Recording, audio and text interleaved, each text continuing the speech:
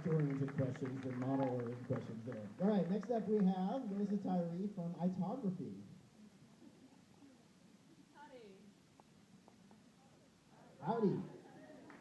Consumers are spending more time on mobile devices, but most ignore ads completely. When was the last time you intentionally clicked on a banner ad?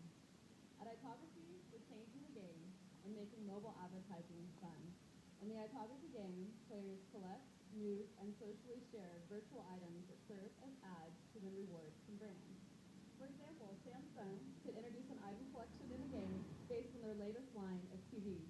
Players would then find these TVs at real locations to collect them and win rewards from Samsung.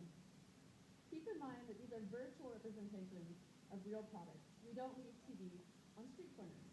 So for Samsung, the benefit would be that players want to socially share their products. They gain valuable insight into consumer location-based data, and they overcome the app discovery barrier.